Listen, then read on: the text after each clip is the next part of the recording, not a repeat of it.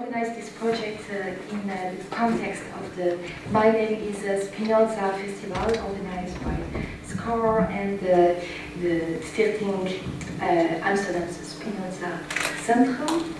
And so I would like to introduce you in Raoul Teulings, who is artist and theoretician, and who is going to make a lecture called Spinoza, Bergson, from Spinoza, Bergson, Duchamp to Deleuze, the artistic work as a body without organs.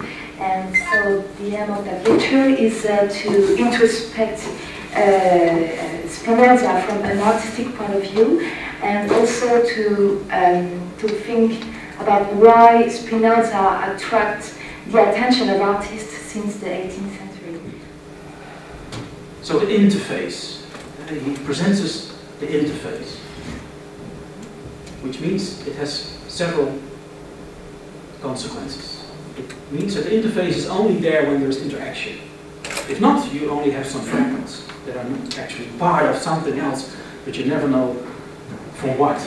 It starts living when you're doing something with it. It's not that you can read the book, close the book, and put it away. The book will actually be part of you somehow, because you have interacted with it in a different sense than with a traditional book. And I already mentioned, of course, this interesting point of the intermedium. I will, in a later slide, I will say a little bit more about the term intermedium.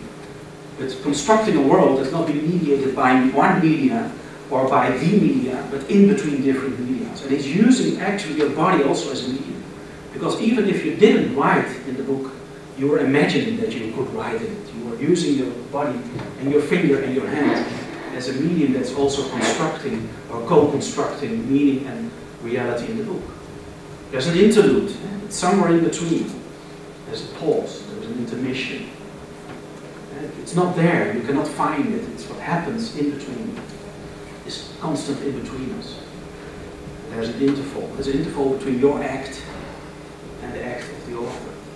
So what happens? What happens with the interface? What happens with this different attitude that we no longer look upon the world through a division between a subject and an object, but in terms of engagement, in terms of relation and relationalism? What happens and what does that do, and why did that affect so many artists?